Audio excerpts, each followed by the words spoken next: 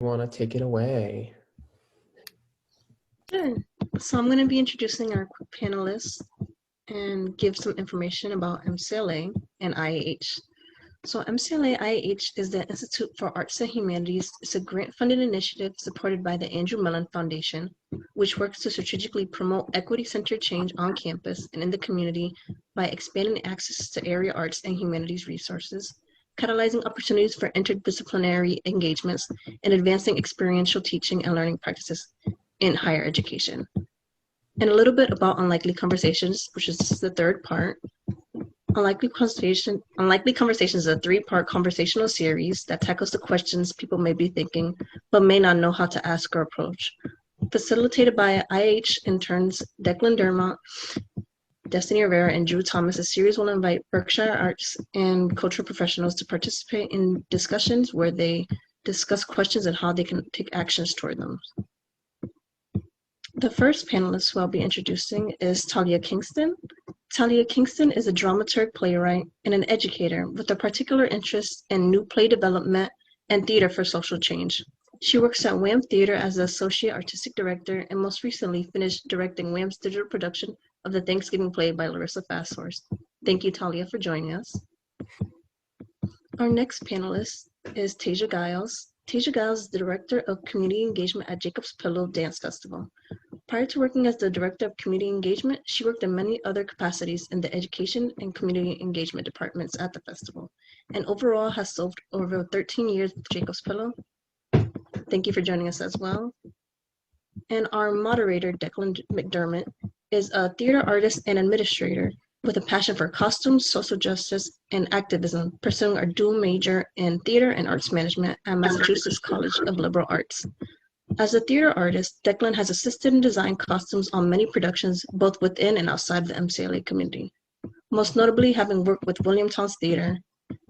Through works as an arts activist, Declan advocates for diversity, equity, inclusion, and accessibility in the arts and cultural sector, and currently works as the communications and administrative assistant for MCLA's IAH. He also regularly produces his own work and independent programs to affect change in the communities around him. Amazing. Thank you, Destiny. I also just want to say that we were hoping to have Labbee here from Mass MoCA, but she had something that she had to attend to last minute. So we will be getting some responses from her as well and sending those along with our resource guide afterwards, but we wish she could have been here. I wanted to start us off today with kind of a verbal contract, something that I had seen done in an earlier discussion that we had over the summer with IAH. Is one of our partners started with a verbal contract, and it just seemed like a really great way to foreground that it's a safe space and that everyone is open to having an opinion and talking and everything, but it's really important to remember that everyone's opinions might not align, and we're all here because we care about the work. So I just want to bring up 3 bullets for this verbal contract. This is a safe space. Everyone is welcome to ask questions via chat or verbally, and there will be time devoted specifically to this exploration in the second half of the conversation. This space is devoted for conversation that will benefit both the audience and the panel, and we're all learning from each other's input. And we're all here because we care and are invested in providing more rights and compensation for interns. Respect for each individual in the conversation is expected and necessary. So I just think that's a great way to make sure that everyone knows where we're at in the conversation, that we're all here because we care. So I would like to thank our panelists for being here today. And I'd like to start us off with them introducing themselves and telling me about their experience a little bit in internships and working with interns. So you can go, whoever wants to go first. Sure. Hi, everyone. I'm Tasia Giles. Thanks, Destiny, for that introduction. As Destiny named, I've been with Jacob's Pillow, the International Dance Festival in Beckett, Massachusetts, about an hour south of North Adams in MCLA communities for the past 13 years. And in my capacity there, I've had a great opportunity to actually, in my earliest positions there, steward the intern program for the festival, and work over the past 13 years with numerous interns. Every festival season, it's a 15-week program. We welcome 33 interns from around the world who live on site and work across every department within our organization and are really intrinsic to the, not only to the work, but to the culture of what is Jacob's Pillow. And within my roles, I've gotten to work with really closely with 2 interns who I supervise directly. And as well as we offer year-round internships. And those tend to be more tailored to individuals' specific interests, which gives us a lot of flexibility to really be creating those meeting points and those entry points for, really professional development, on-the-job intensive training and mentorship. And I myself have gotten to be an intern actually at MASS-MoCA. It's part of what brought me to the Berkshires. And my experience at MASS-MoCA was really foundational to my work within this arts sphere, specifically the performing arts sphere, in that I not only was the work rigorous and exciting. I think what is so incredibly grounding about an internship experience is that ability to be working so closely with artists and professionals, and to have that sense of community and accountability within the workspace. And that certainly was my experience at MASS-MoCA, and it's what I hope we are nurturing at Jacob's Pillow, where we really think about internships within an educational framework, so that it's not only the role that you are being hired for, it's within this more experiential practice, so that you are working very closely with, yes, the administrative team, but also with every artist and scholar that might come to campus. And in addition to your primary role, you are attending various seminars and lectures and receiving one-on-one mentoring throughout your time, so that you are being exposed to this broader range beyond, if you're hired for a videography internship, for example, you're also having experiences across the organization. And we also hope that it's tapping into, that sense of discovery and curiosity alongside your professional development.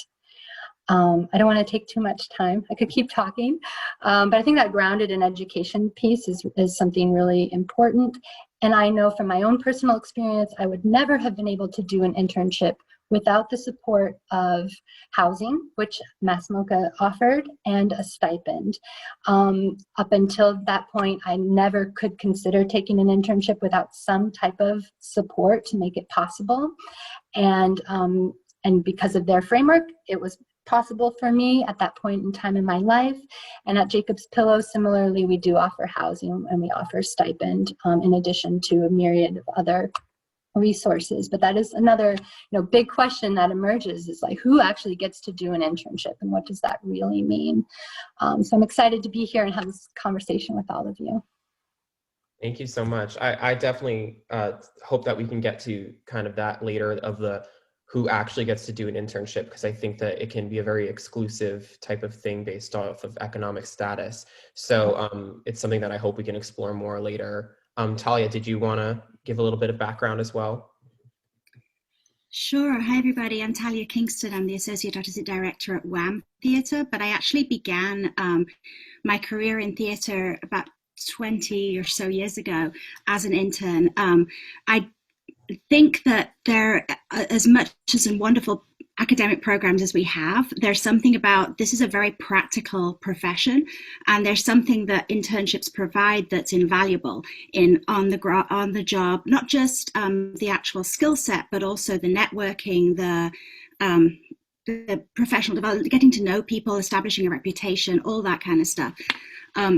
It really did ground me. And then So I've only been at WAM for 3 years, and we're a much smaller company. We actually only began doing, I'll tell you about the program we did this year, but we only began to offer these apprenticeships this year because we got the money for them.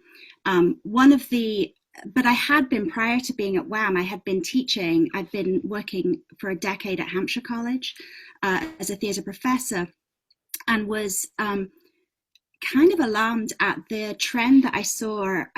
Like Tasia, I accepted internships because I got stipends, because I was being compensated, and I saw a trend in the theatre industry anyway, going from places that were offering stipends to, this is an educational experience that you're getting for free, like a college credit, like likening it to a college credit, and then saying you should be paying for, you're going to be paying for this.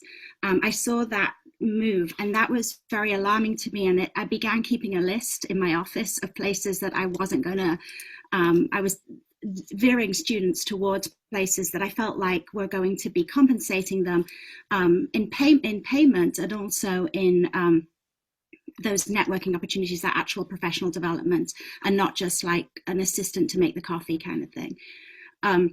So that was a really important thing. So last year, part of the reason that we didn't have an internship program before at WAM was we just didn't have the staff to be able to supervise it in a way that it deserved. So it does require quite a lot of infrastructure to do it as well as Tasia was just describing.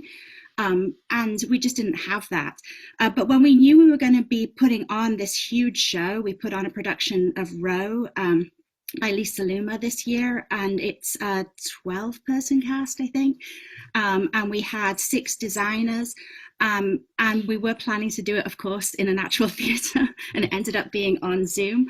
I thought, well, here's the possibility of pulling in 6 apprentices in different fields, and they were going to be matched for one-to-one mentorship with a professional in their area.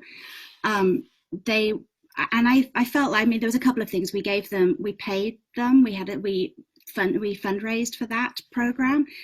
We gave them one-to-one mentorship, so they had a connection to their mentor that hopefully goes beyond that production. I wanted to make sure that it was important to me that they were given meaningful work, a project that they could really own, and something that felt like they could then put in their portfolio, or they had something tangible to take away from it. That we at WAM publicized their work and publicized them, amplified them as artists, as theatre artists. And then finally that we gave them a recommendation letter that they could take, and then if they were able to use it for academic credit, great. And if not, they have that letter going forward, and an ongoing relationship with them going forward. So they were the things that I put in place given my experiences and the experiences of my students reported back to me. I wanted to make sure that was in place. I'm not sure that WAM, we would have to make sure that we had that level of support in order to bring that back.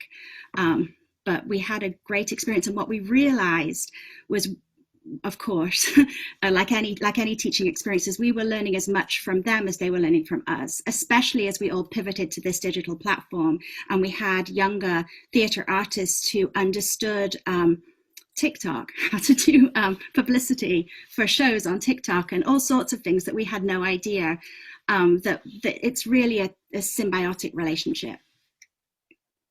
I love the way that you put that, of a symbiotic relationship, because I think that when people are working with interns, they can always acknowledge and understand that when they're in the position. But I think that sometimes when internships are viewed from the higher level, they're viewed more as like a one-way educational experience, which is definitely not what it is. You started to touch on it, and I want to kind of highlight it, is what do you think are like kind of the major issues maybe in the theater industry or dance industry or arts industry as a whole, with internships? Like, what trends have you seen that are kind of major issues?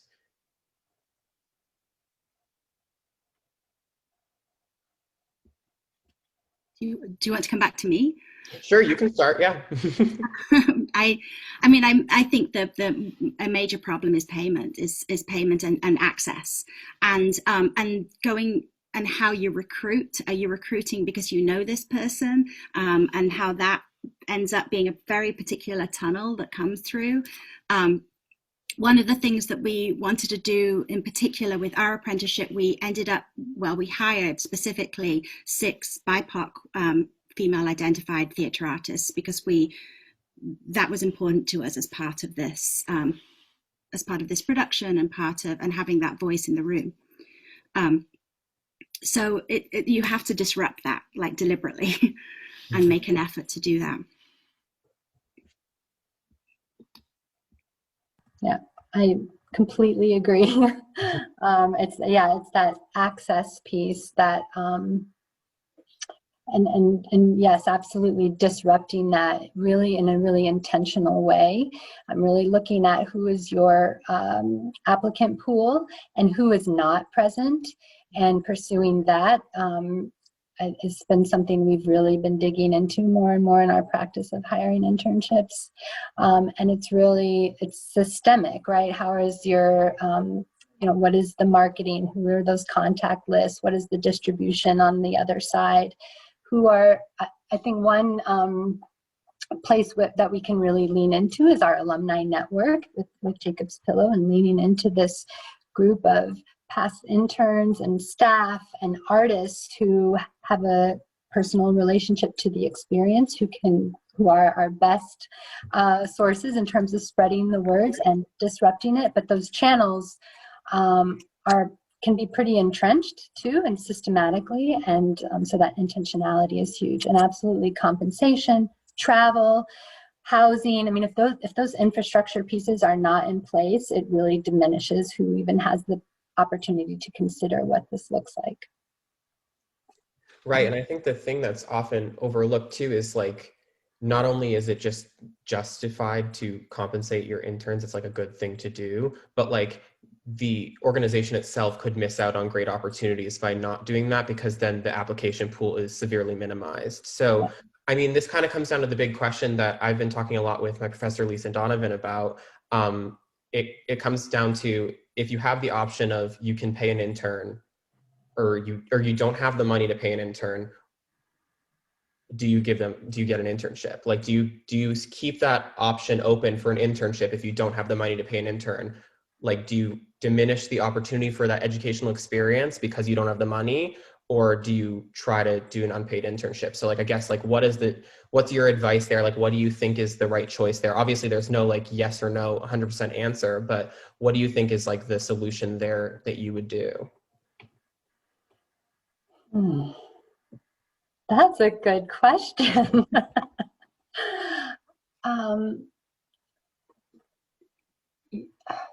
I mean, I'm just like kind of very much off the top of my head. I mean, I feel like, recognizing folks' impact and all that they do bring. Talia said something about that symbiotic relationship.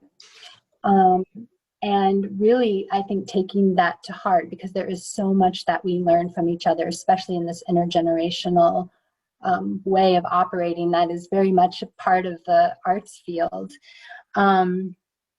And also, I think it really comes down to, where do you place value?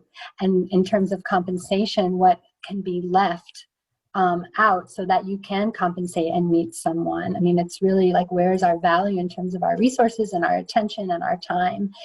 And I also, though, think that flexibility is a huge part of this as well, if we're this hard and fast scenario to be the case, because I do think there's an opportunity to craft a meaningful experience with someone, with an intern, rather than having sort of a channel that we're going to put someone in a box to sort of go through and check the boxes in terms of their work. That's not a real way of working. That's not real life. And so having that flexibility of where those meeting points can come in, I think, is important. And it's incredibly meaningful to work with interns, because we are wanting to be building a diverse and radiant, relevant field. And so the more that we can be in this co-mentoring process with people, regardless of their ages, because interns come at all ages. It might be someone who's new in the field, emerging, or making a career change, as I certainly was when I was an intern. That cross-dialogue opportunity is so important. So I'm not really specifically answering your question because I think there's a host of considerations and each person's situation is so unique. But how can we keep a flexible muscle to meet people where they're at, recognizing the value to the total ecology that people bring? Yeah, definitely. I think it's very complex. That's why like I almost kind of hate posing those very complex questions because it's like, how do you answer that? But I think asking it is so important because it gets people talking about it. Talia, do you have any thoughts about if you don't have the funding, do you just choose not to have an intern or do you try it anyway? I think that I think everyone's going to give a very similar answer. I think that there has to be some level of compensation. And what is that compensation? Am I going to be able to, like, is it somebody who needs a practicum for their college in order to complete a college degree and I can offer that? Then that seems like a reasonable thing to do. Am I going to advertise an unpaid internship at this point? No. But is it somebody that's coming? And then you have to consider, who is it that's coming to me, and am I taking away an opportunity from somebody else because I'm giving this opportunity to this person who happens to be a board member's grandchild or something like, is there something there that is a little corrupt? I don't know, this in the channeling that I just think we're being asked to consider very, very deeply right now, and rightly so. And I'm really glad that we're having this conversation because I think it's been an undercurrent for a long time. And we've been slowly slipping into this place of asking people to pay for this opportunity to be my assistant, which is just absurd. I mean, I think, I want to mention that one of our apprentices is actually with us today. One of our WAM's apprentices. I don't know if I can introduce her right now. Is that? Of course. So Tatiana Godfrey was one of the apprentices that I spoke about at Roe, and actually was the apprentice dramaturg. I don't know if you have any opinions on this, Tatiana. Yeah, as one of the people who is usually not able to have these sorts of experiences, being able to be compensated for work that I was doing was great. I learned, and I feel like I was heard in all of the situations. There was an active attempt to include all voices, which was very new for me, and something that I definitely appreciated.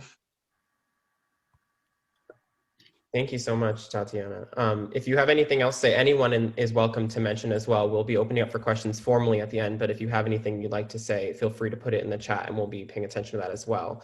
But I really liked that you brought up as well, like, where do we place value? Because I think that some of the corruption, if we want to call it that, some of the corruption in the system specifically is that a lot of organizations, because of their financial restrictions, try to place the value in the educational opportunity, and they like to place the value there alone because they don't have anything else to offer, which isn't necessarily a bad thing. I just think that if you place the value in just education alone and don't have any sort of compensation to back that up, or understanding or flexibility, like you were saying, of being able to provide access for this, then it comes to the point where it's just like, yes, you're providing this educational opportunity and it's amazing and you're working within the field actively, but people aren't going to be able to do this for so long because they're going to run out of steam or run out of funds. There's just only so much that people can do. So I want to turn my attention a little bit to something that when I was interning my first time, I was working a lot of hours and I wasn't working for pay. And so it was a situation that I was very quickly made aware of, that this was an issue in the industry. And I don't necessarily blame the organization I worked for or any of the people I worked with there for that. I think that it's an industry-wide thing, which is why I wanted to bring this conversation to the forefront. But something that I leaned to is I was like, okay, well, what does the law have to say about this? Where is the support for this legally? And so I want to bring up, as outlined by the Department of Labor, for an intern to be unpaid or compensated less than minimum wage of the state the internship is fulfilled in, the internship must exceed 6 following criteria. The internship, even though it includes actual operation of the facilities of the employer, is similar to training which would be given in an educational environment. The internship experience is for the benefit of the intern. The intern does not displace regular employees, but works under close supervision of existing staff. The employer that provides the training derives no immediate advantage from the activities of the intern, and on occasion is impeded. The intern is not necessarily entitled to a job at the conclusion, and the employer and intern must both understand what the entitled wages and compensation are. So those are the 6 criteria that are outlined by the Department of Labor. I have my personal feelings about those, but I wanted to ask you guys what you think about those criteria, and do you think that those are even meetable in an arts capacity?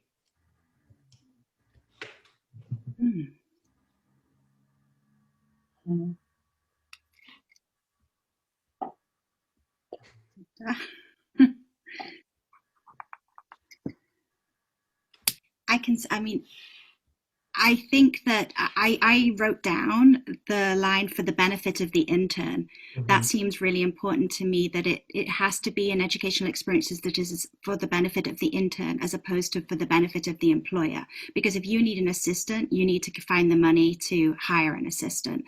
So it has to be an educational experience that's for the benefit of the intern. That feels central to this. And that's totally meetable in the arts industry, like any other industry. Mm-hmm.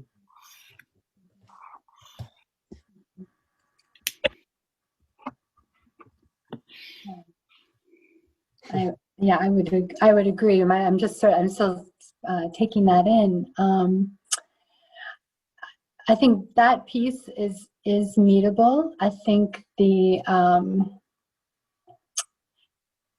the challenge, I know it's something that we spend a lot of time thinking about, is we have this one set stipend, and then in addition to the stipend, there's all of these other sort of wraparound supports in terms of housing and meals and access to events that are taking place on the campus of Jacob's Pillow. But I know it's a space that we could do better in.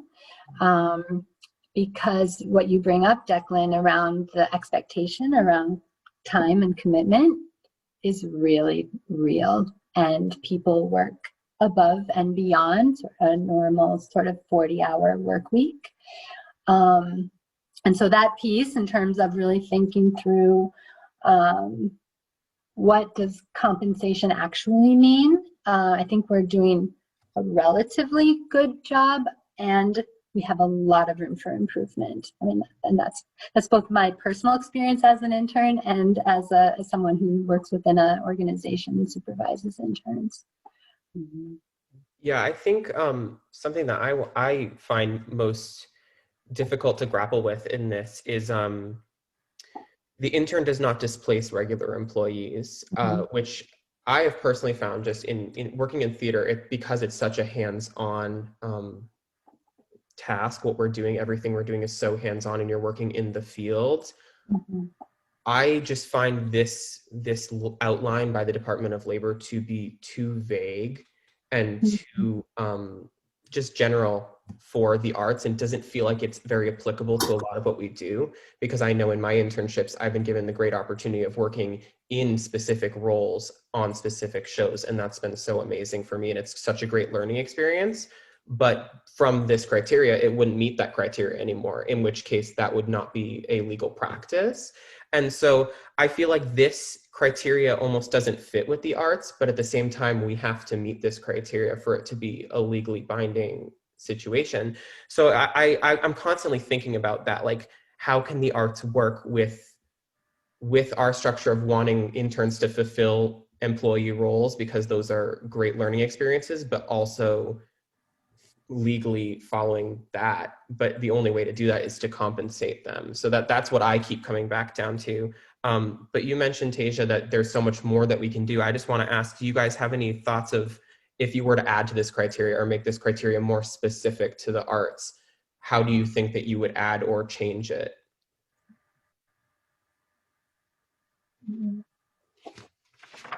Yeah, it's interesting because an internship is a learning opportunity, but there's also you're building real trust with whoever you're working with so closely, and within that trust, and then inherently becomes accountability for the work. Mm-hmm. And And I think you make a really good point about how this is almost like a business or administrative sort of template, and where's there room for these arts experiences that cannot fit in this kind of box. But I guess I'm circling back to that question, or consideration of value, and that the practice of trust and accountability is so inherent especially within the arts field, because you are going to have quite a bit of autonomy in many cases, or that has been my experience. And yet your supervisor, or whatever the structure is, should be your container by which, is the ultimate sort of decision maker, were something to fall apart or need that sort of check-in. But I guess what I don't see here is more of like the humanity within this. I see a set of like checklists without really thinking about, this is a personal relationship who is going to be working with people to advance an idea, a project, etc. And so because of that, we need to account for trust and accountability. So yeah, I guess I would just love to see more of the humanity within this outline by the Department of Labor. Yeah, that's a really good point. The humanity, for sure. I was just thinking about my primary artistic area is I'm a dramaturg, which is an area that is often sidelined in performing arts. I provide the historical context and really contextual information for the production, write program notes, do audience talkbacks, do educational stuff, and often I've often throughout my career, not just as an intern, been asked to use that skill set for free, offer that skill set for free, either to friends or to colleagues or to people, somebody I know who's just written a play, and can you give me feedback, which is actually part of my professional skill set. So as a field, we've been thinking about, what does it mean to offer your expertise for free? What does it mean to offer your artistry? And then what are we teaching a new generation of theatre artists if we ask them to do that as an entry point into their career? So I was just thinking about that as you read the list as well, that there's something in that it mustn't replace a job. So if you are doing an internship in, say, costume design or and you're asked, and they're like, oh, actually, you'd be really great in this role, and they put you in, then you should be getting an additional stipend or payment, because you're then on stage. And I think there's something in that that's an industry failing. That we're not really valuing artists enough if we're asking people to do their work for free. Yeah, I think what it comes down to too is just like, the law obviously is either too general, or it doesn't kind of follow along with what we do in the arts. So it doesn't support what we do, and it doesn't exactly align with what we do fully. So we have to kind of take it on our own to recreate what our criteria should be and create what works best for us. So I guess we're starting off kind of general. How do you think we can do better? I mean, you brought up, Talia, that like you did fundraising for your internships. I'd love to hear about those, because I think some of the things that are, because we're so tight with hours and stuff people need to do and the amount of jobs that people have to fulfill at the end of the day, organizations don't necessarily take it upon themselves to do that fundraising on their end all the time. And so I'd love to hear something about that, like how you went about that fundraising and found it within your organizational schedule to do that. I mean, we fundraise all the time. That's everybody's job in the arts. We knew we had this huge production coming up, and we have a tiny staff. So we knew we were going to need overhire for this production. And we also knew that it was a production that was about abortion, which is a hot topic, and we would need some backup in that regard, scholarly backup. So we actually wrote a grant. Money came from a couple of different places actually, but we wrote a grant specifically to hire a scholar in residence and to hire our apprentices within the same. So it was sort of woven together. So this was a really project-based learning experience grant that, but we wouldn't have done the apprentices in this regard without having money to pay them. because it was part of our values as a company. Kristen has something to add to that. It's our artistic directors in the house. Is it all right if I just quickly add something to that answer, Declan? Of course, yes. Yeah, I just thought it was valuable to include that where we asked for the money from was from a family foundation that we have a relationship with. So they have funded every year for probably 6 or 7 years a new project inside of our education work, and they focus on you know, up to 18 year, like younger students. It has to be something up to college or something like that. It couldn't be for adults. So I just thought it was good to mention that, like, having that relationship, we felt comfortable reaching out to them and saying, we have this idea, would this fit with your criteria? And they knew us, and so they said yes.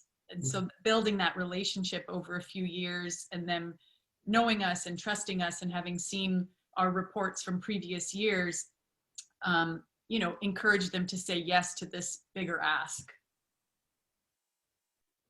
Yeah, I love that, especially because I feel like the hardest step of that process sometimes is making the ask too. So I just like, I really admire that you guys made that ask. And I think it's just such a great thing that a lot of organizations should consider if they don't have the infrastructure to fund it on their own, that you can make these asks, or you can do fundraising, or apply for grants and scholarships, stuff like that through their schools. There's so many other options that can be explored. Tasia, did you have anything that you wanted to kind of bring forward about things you've done in the past or could do? Yeah, I think what I've gotten to experience over these last years, as well as working with other partner organizations here in the Berkshires, whether that's Miss Hall's school or MCLA, or just other entities who are often seeking those opportunities for their students and or recent grads. And you can really think really collaboratively around how to make that, you know, build that infrastructure. It takes more time because it's not fitting into any sort of box or pre-prescribed channel. But I found those really tailored, crafted internships to be really exciting, and have like firsthand experienced folks returning again and again and again to work with the Pillow and or other organizations, and out of that pursuing and making a career in this field. So I do think that there's something really exciting about the opportunities that a community provides to sort of lift up folks, and within that honor the interns' expertise and also passion and desire to have this experience that makes it possible for an organization to sort of think outside the box in terms of how, whether it's project-based or more long-term. So I just offer that. I think there's a lot of meeting points that if you can take the time and survey, can come across and come up, present themselves. Yeah, I love that, because I think what it comes down to is just that we often don't have the resources or the time. So how do you make the time, and how do you prioritize there, and what are your values at the end of the day? Something that I want to bring up is you mentioned stipends earlier. What are your feelings personally, professionally about stipends? Do you feel like stipends are proper compensation for interns? Do you feel like what do you think is is adequate pay for interns and in their roles, especially in the arts? Because I think that stipends are often, in my experience, I think that they are sometimes used to overlook minimum wage laws. So I'd like to hear your thoughts on that. Mm-hmm. Yeah, I'll be honest and say I've been a bit removed from this conversation, mostly because we did not hold our intern program this past summer, but that has been a conversation that was taking place within our organization up to this point, that point. And you know, I think in terms of the Pillow's compensation, it's like inclusive of all of these other things that being said, the actual work, this rigorous work, and just the sheer number of hours and the commitment of time is where I do think we could do better in terms of increasing our stipend. I think something else we're thinking about is just parity also. I mean, when we're welcoming in 33 individuals from all different backgrounds and around the world, like we do need to have some kind of like parity that is very transparent for everybody. And yet also recognize that the work looks so different based on the department that you're in. And yeah, it's neither like here nor there in terms of the hours, because it's just the work looks different. And that's, that can be a real learning curve for folks as well. I think in an ideal world, offering an hourly wage would be fantastic. And also, like, we have to be, you know, as an organization, know what those real costs will be in order to support that, and within the budget, and allocate those resources appropriately. But yeah, I think just overall in the arts field, like, compensation needs to rise to support the, you know, the depth of work and energy that we all bring to it.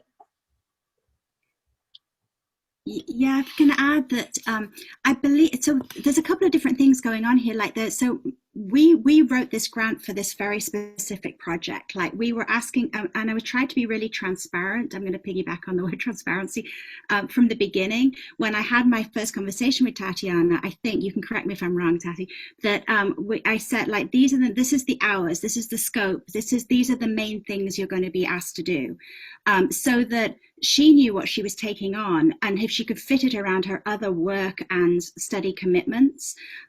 It's very different than the sort of festival environment that I've also done internships in the past, where you're sort of like delving in, you're living there, you're doing everything, and it's a completely immersive experience, and you have a cohort of interns that you work from that become kind of a peer mentorship group as well, versus like a year-long or season-long internship where you're showing up at an office and that feel. So that there's these are very different things, and I also think that there's a big difference. I don't do the bookkeeping at WAM, so I'm sort of out of my depth here, but there's a big difference in paying people. If you pay someone an hourly wage, and it's a different contract, and it involves different tax things and different forms to fill out. It's a lot more in depth, and there is some issue of like, then we're paying more, and how much of it is actually going to the intern, whereas a stipend is a way of discreetly saying this money is yours and it will come to you directly. And so yeah, that was me flitting around something that I don't actually know that much about, but I do know that there's a big difference between putting someone on the books for an hourly wage that they have to fill out a timesheet for, kind of thing, then yeah. I think it's so important to note that though, because it brings up this idea of visibility and transparency, which isn't always provided. And this may not be an arts specific thing, but I know that as someone who's still applying to internships, apprenticeships, looking at all these opportunities, something that I am constantly looking for more information about is like the internship expectations in specific, not just like the job description. So like, and what you're going to be compensated with. I know that in all the internships I've looked at in the past, if they're unpaid, they don't mention anything about payment. But if they're paid, they say a stipend, but they don't tell you how much money will be included in that stipend. So I think that something that we can even do as an industry is just be more visible and transparent about where we're at and what we're aiming to do and what the actual compensation is. Because when I'm applying to these internships, I don't know whether or not I can actually afford or give myself to that, especially if it's in like a summer stock setting. It's like I may be working double the normal human hours for a stipend that I don't know how much money it is. So I think it's important to bring that up though, because minimum wage does have so many different other laws and restrictions and such like that. So if you guys have anything else you want to bring forward about that, feel free, but if not, we can move on. The only other things I wanted to kind of ask is like, back to that general kind of question that we started with this section, how can we do better? What would be your major takeaways or your major bullet point list of guidelines and goals that you think we should be aiming for as the arts industry moves forward with internships? Because I do feel like internships have such a great value in the work that we do. And I think everyone feels that way. So how can we continue to support these interns without losing them or the opportunity on either end of the symbiotic relationship?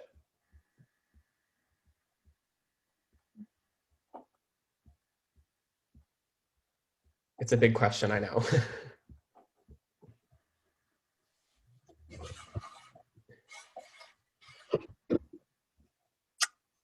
I think just going back to the that thought around what do we want our field to look like, and who do we want to be at the end of the day, both as people and as organizations? And if we have a stated set of values, how are we actually enacting them? And that doesn't just mean in our programming or who we're hiring, that includes our intern pool, absolutely. And so I think that real comprehensive, careful, thoughtful practice needs to extend in every corner of an organization. And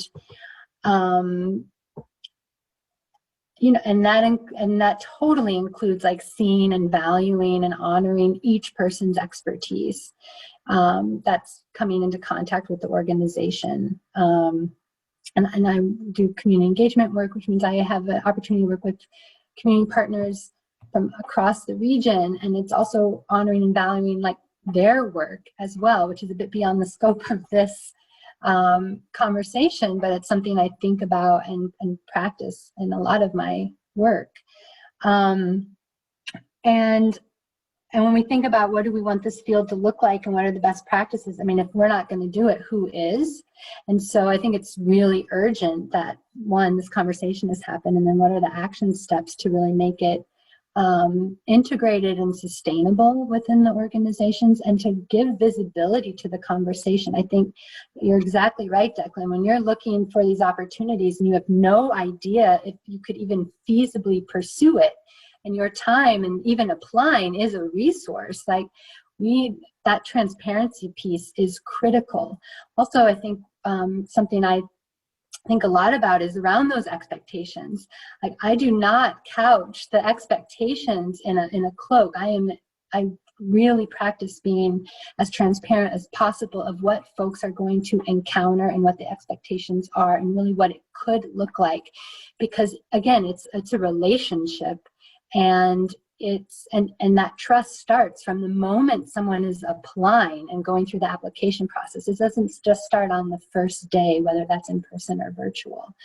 And sort of that caretaking piece that starts from the moment you're applying through the end of an experience, because then in some ways the work is only just beginning in terms of the impact one will have on the field. And there's really there's a lot of value in stewarding both those opportunities, but also the network that extends from that, that's going to be lifelong, whether it's a good experience or a bad experience. So I guess to be a little more succinct, just this holistic application of who do we want to be, what do we want to be in our field, and how can the arts really be a leader in interrupting these systems too. I mean, I feel like artists are always on the forefront of systemic change, and we're better than in this capacity. Yeah. I think there's something about company as well, like really welcoming interns and as a member, a fully fledged member of your company for however long they're there, and afterwards. You talk about your alumni. I mean, it's really important. I'm still connected with a lot of people who've interned for me through the years in different organizations. They're now my colleagues. And so that's sort of a really important networking system. And one of the things that we just began this year with this cohort of apprentices is giving them a space of their own. This is probably easier when you're in a festival. I don't know if you already have this, but where they're able to talk to each other, because I was aware of in the past bad working conditions as an intern, and I wanted to make sure they had places to talk to each other and a very clear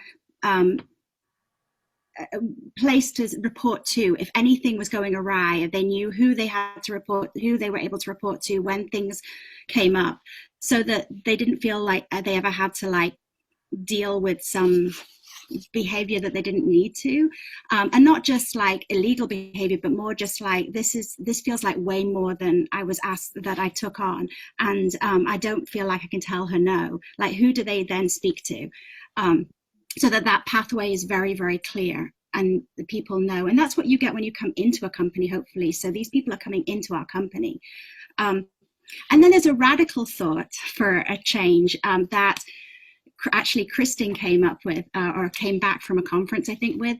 But instead of taking on, I think she said, instead of taking on an assistant director as an intern, as an assistant director, for example, and she was the director, what if we had a young director who was given the directorship of this play, and Kristen then became the mentor to that director? What if we flip the paradigm of internships so that it becomes this emerging artist becomes the dramaturg, the director, the whatever, and then the person, the mentor, becomes the sort of assistant to that person to help like hold their training, their learning. And I just think that that's still ruminating, because I think that would be a really radical flip of this sort of structure that we've got into.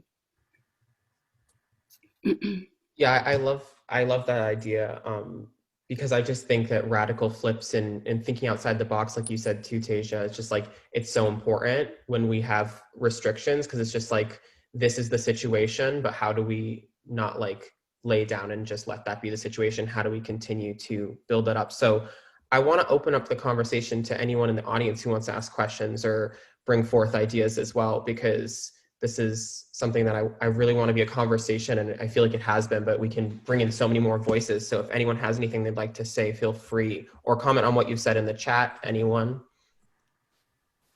Can I jump in, Declan? Yeah, sure. So thank you for seeding so many ideas. I want to complexify even further, because as many of you know, I am handling a lot of the internships in the Fine and Performing Arts department. And it's great to see Anthony Napolitano, who handles internships across MCLA. And so I'm going to kind of give you my take, and then I'd love to hear from you, Tony, as well. I think that if I think about the organizations that I've worked with across the county, there's not one that wouldn't want to do more with stipends, and really have the sense of kind of doing the best that they can given the current situation. And when I was coming up, there really weren't that many internships, and I created one for myself, and I ended up filing in an Arts Council office. And it really, it made me hungry to provide access to other folks right now. I really feel like every MCLA student should have an internship before they leave. What we see is that students with internships tend to get jobs right away, at least in the arts management program. And so I'm actually now promoting more than one internship. When a couple of years ago, we had a conversation with the Clark, and every single staff person that was part of this whole day at the Clark talked about the internship that had shaped their career. And so the idea that an internship is the gift that keeps on giving, to me really shifts that it's, yes, stipends are really important. Yes, we want to have them, but there's so many other ways to sort of package it if an organization can't do that. So mostly now we see in Berkshire County, every arts organization that has summer internships that our students go to have a stipend. And I think summers are really different. It's an accepted practice. You'd raise an eyebrow if someone wasn't doing that. During the academic year, it's really different. And so I'm going to give you one example that I was sharing with Declan today. I now have a practice that whenever I write a grant, and I have 3 large grants right now, that if I write a grant, I'm automatically going to build in stipends for interns. And so I've been doing that, and that's great. It's been really beneficial. But I now have internships where I don't have a stipend, and does that mean that I don't offer them? So I have one stipended social media internship that I'm looking for someone. And I have just filled out paperwork for another intern that is a non-stipended social media position. One's connected to a grant, one's not. And I actually feel really strongly that if, I want my students to have those experiences because I know it's going to make a tremendous difference in their career path. I worry that I'm not giving a stipend, but it's sort of like we're doing the best thing that we can. And I'll give you this final example because it's a pandemic example. So I had a student who was a visual arts student, hadn't had an internship, ready to graduate. And so I reached out to the Norman Rockwell Museum and they said, no, we don't have a stipend. I'm sorry. And I said, you know what? Let's think differently about this. Can it be virtual? Can it be this? Can it be the other thing? And they ended up taking on a non-paid intern, but he ended up writing blogs about it, working with illustrators, interviewing illustrators and writing blogs.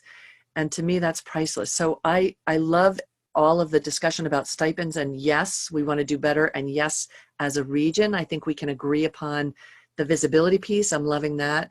But I also don't want to lose these rich opportunities that for every single one of our students. And so for me, that there's different ways to think about access.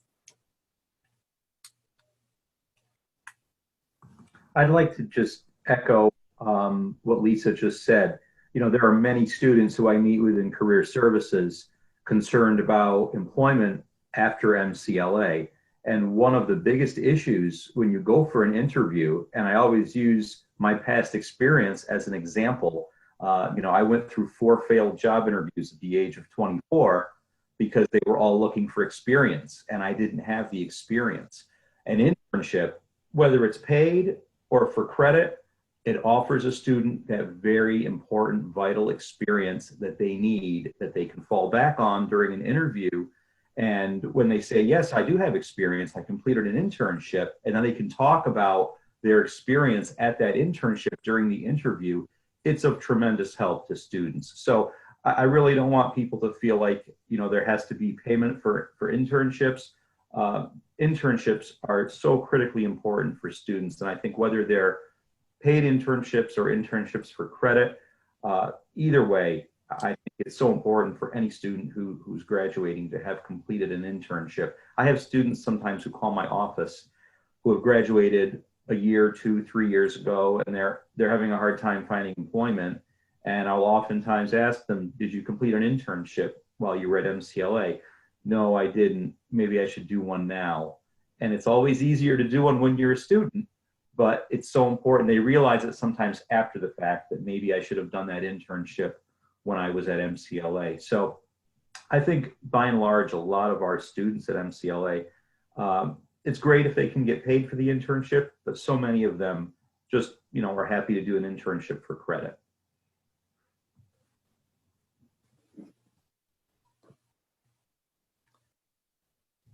I want to comment on that a little bit too, just because I do agree that there's compensation of credit, and that is some sort of compensation, and making these kind of creative options when you don't have the funding to support it is always important.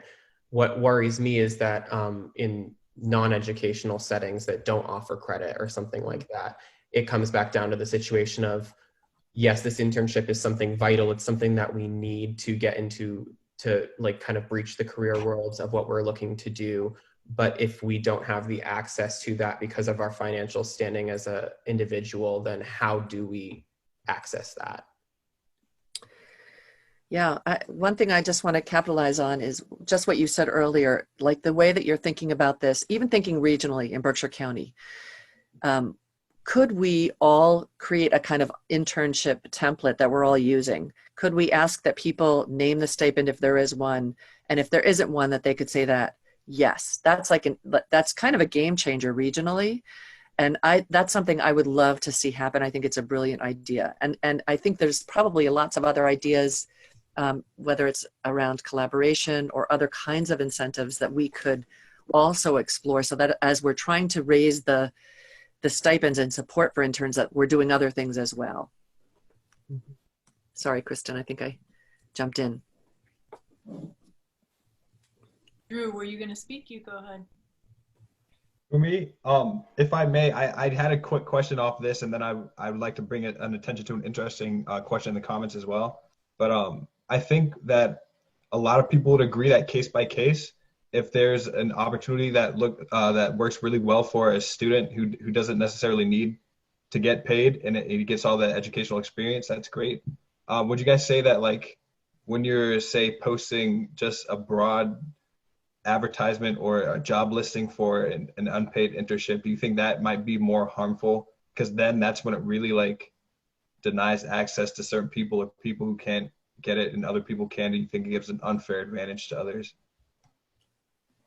Or is that it just denying it? Or is it just, if you don't do it, it's just like zero access to anyone?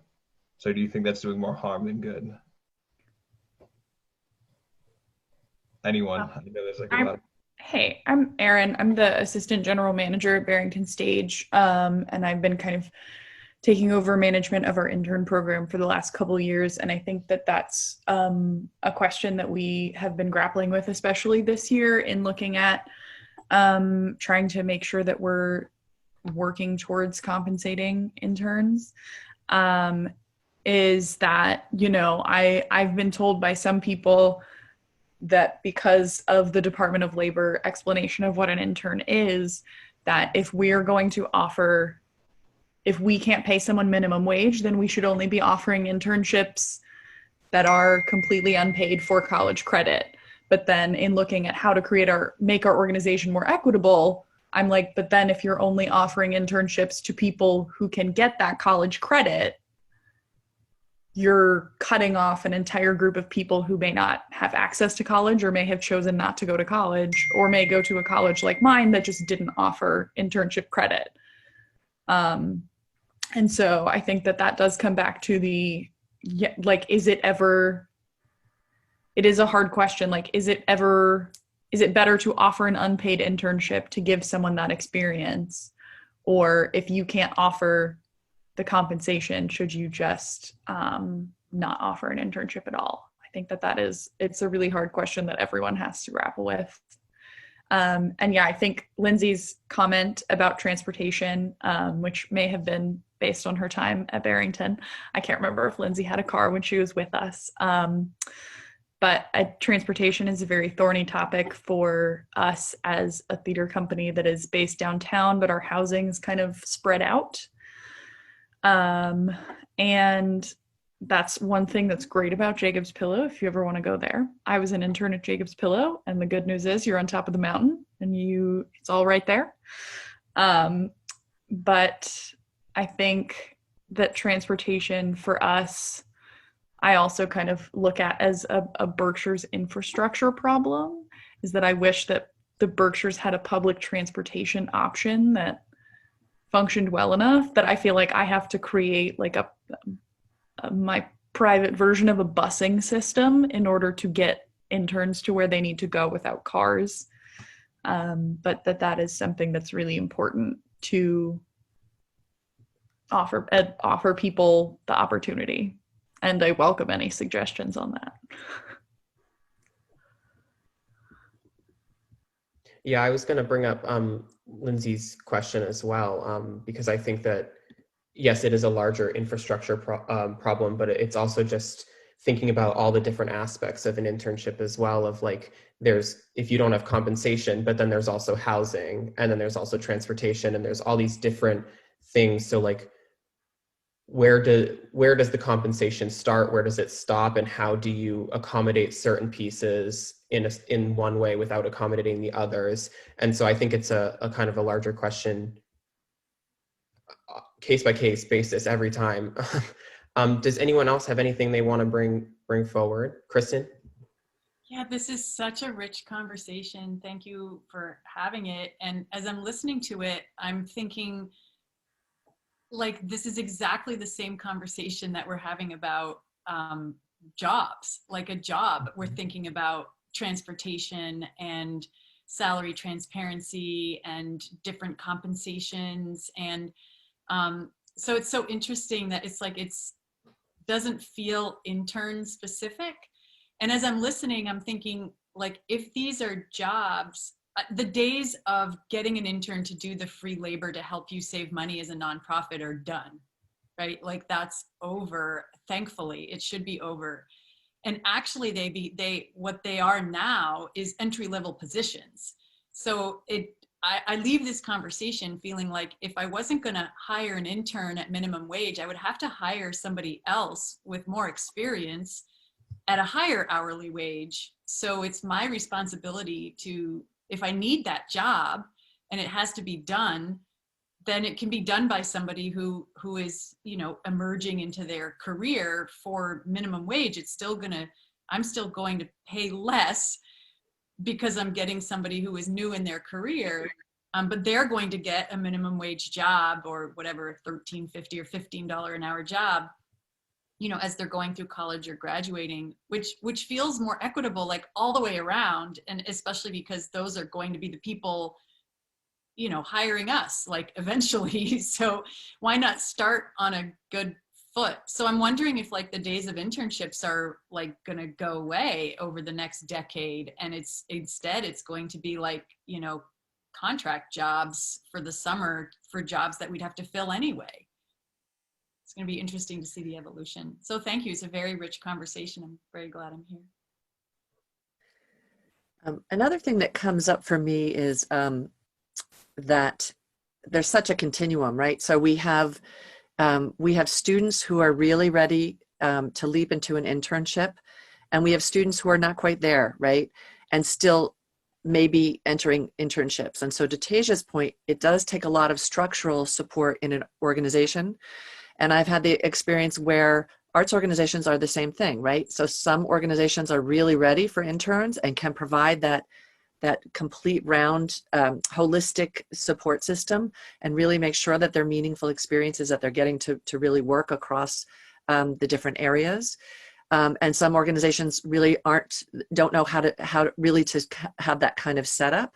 And so again, there's a lot of work to be done in both areas, I think. Another thing I wanted to mention is that there are conversations around the county, around transportation, around housing. And this is why we think we're talking about one thing, but it actually has all these other threads that start to pull out.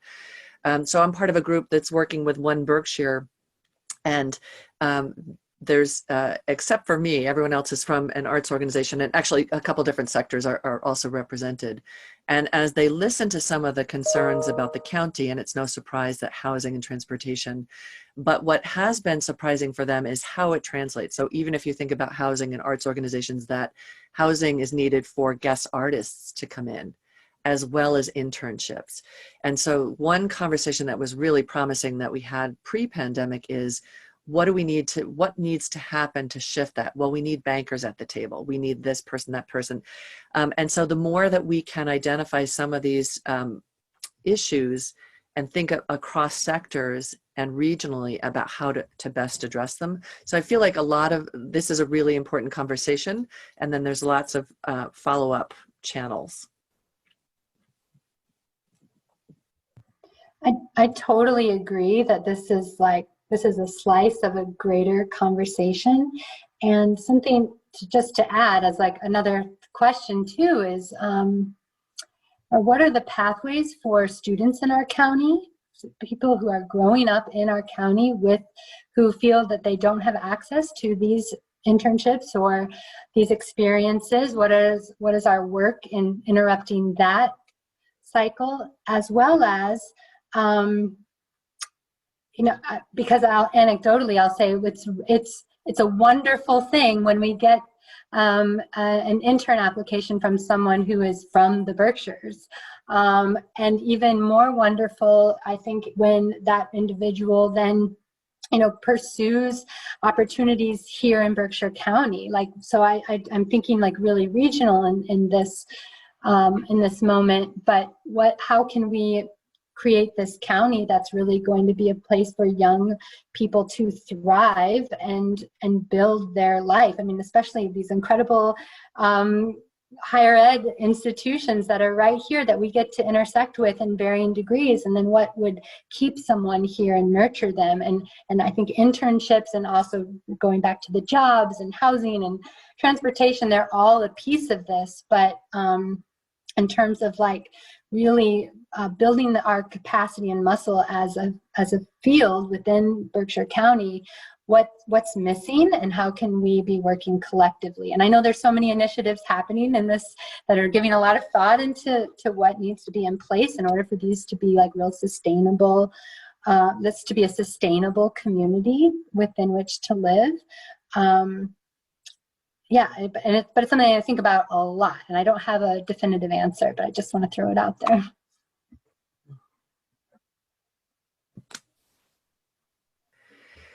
There is some momentum that's happening through one of my grants, actually, around working with high school students and cultural organizations to create opportunities for internships.